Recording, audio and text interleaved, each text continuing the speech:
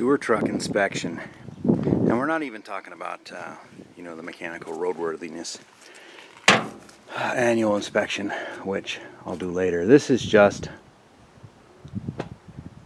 is she going to be capable of rolling out and giving tours? And we've already found a couple of issues. First, and I knew this was cracked last year, and I welded it, but over the course of the year, this is cracked right here, and it's from the rack going side to side.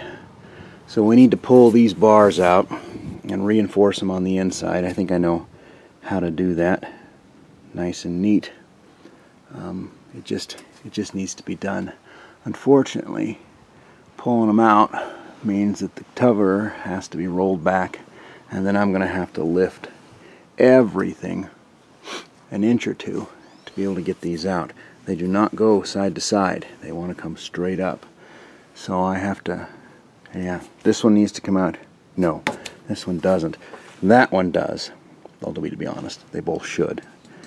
I have a feeling that if I fix, there's a crack starting on the far one. That one's got an identical crack to this one. And I'm pretty sure if I fix those two and that one, it'll just keep moving down the line. So yeah, the whole top's going to have to come off of it. And I also noticed this is oozing water, which means that somehow these sidebars are filling with fluid.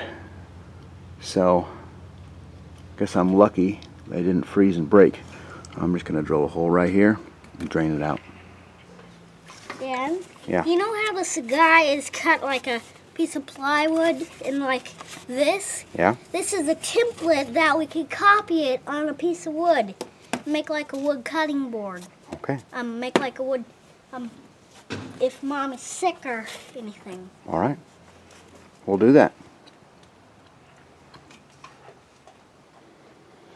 So that's all that's jumped out at me so far. Burning the tires down pretty good, but I think they got another season left in them. This is the axle that, for whatever reason, takes the most wear. You can see I'm running that one backwards. I'll probably put those back on the front, and then the front one's back on the rear.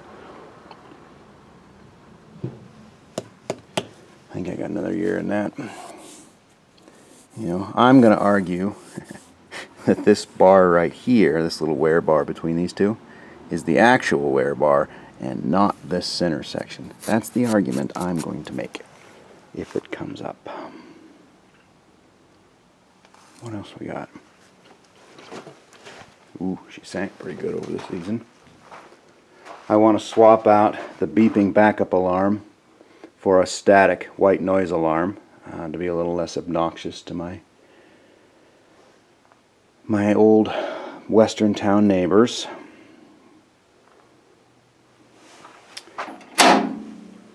Got some pins and washers that need replacing. Not too bad. Here's hoping the roadworthiness check doesn't reveal anything too evil. The rear trailer air lines, I have capped it because the valve leaked. I'd like to replace the valve this year, get that taken care of. I got an inner fender well that's tearing. I want to stitch that back together. There's a tire that goes low over there. This tire's going low over here.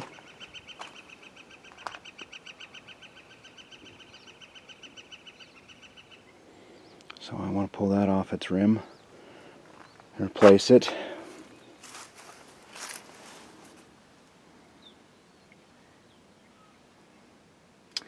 Steering gearbox is weeping oil where the steering shaft comes in. I want to pull that apart and put that seal in it. Obviously this is the fender well that needs replacing. It needs a bath. I know that my fuel pickup is about yay short. It'd be nice to replace that.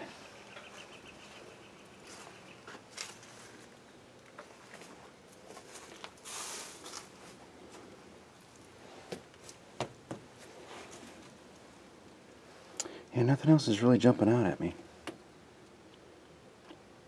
That's still a nice tire. Oh, that's out of the front one. That'll go back on the front probably. Swap these two. All 6 wheels. Do a rotation. That's a crappy job. I wonder if these bars are filling up with water too. I should just drill all of them. Like I said, we got a few things before we get to the serious stuff. Maybe pull a spare down and put it into rotation. And that would be a good idea. Maybe that really bad one over there comes off. Alright, here's the damage as removed. Top tab broke off. Of course I knew that. So I added the bracing. This would be the inside, and you can see that we are cracked almost all the way through and pretty badly stretched. There was my field repairs done with a Harbor Freight welder and my eyes closed. And you can see why she broke in the first place, because of how I built this, in that they had to be cut down to fit in the slots.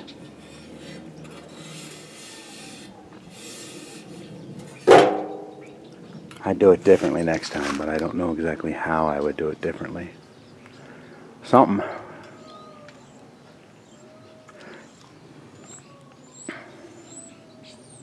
Build my own box channel maybe. It was a freak size. I couldn't find anything even close. So, and then I have this little foot stupid thing. I do not remember putting that on. And I don't remember why. It's never touched the bottom, so it's not a depth thing. I'll have to study that. Probably end up taking it back off. For right now, we need to clean these welds off of here and get this thing compressed back down and tightened back up.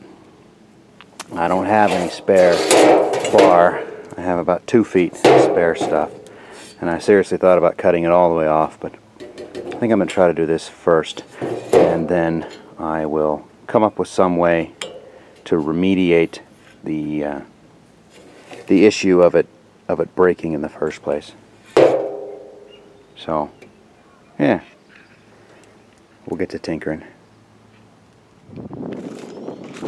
Here we are. So I bridged it down here, and then I filled the weld just at a fill weld. I don't know what they call it for reals. Filling that gap between those two, so that's nice and solid.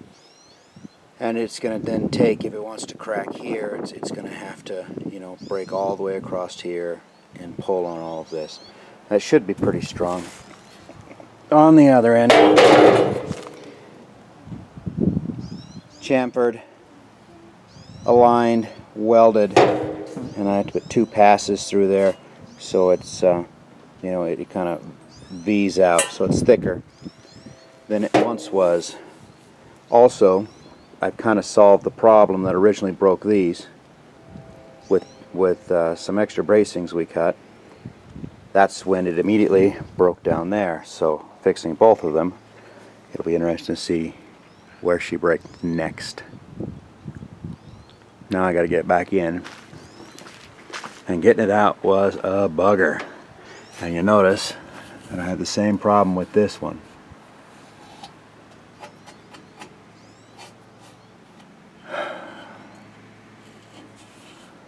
So I don't know why. I mean, I put a fill piece in there. I have no idea why I didn't just finish it. It makes no sense to me, and I can't remember. It was too many years ago. Oh well. This one's not broken on the back. You know, I could bring in some wet cardboard, grind. I can probably get the welder out this far. You know, if I wasn't using a Harbor Freight 110 welder with my eyes closed, I might be able to do a better weld.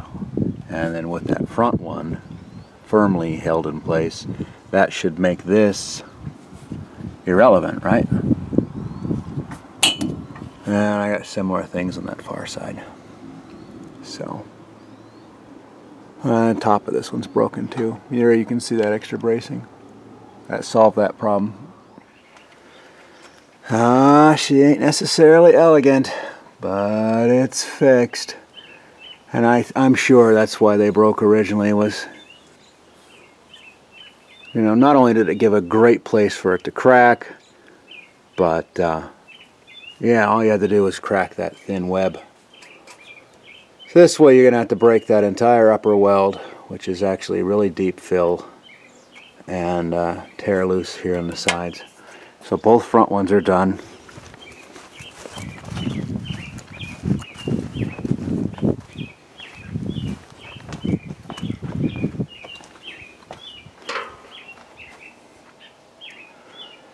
And I was able to do this one on the truck without pulling it. And those are the three that were cracked.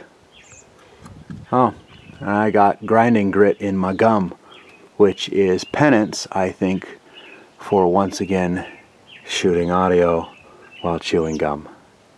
So feel free to downvote that. Oh, oops.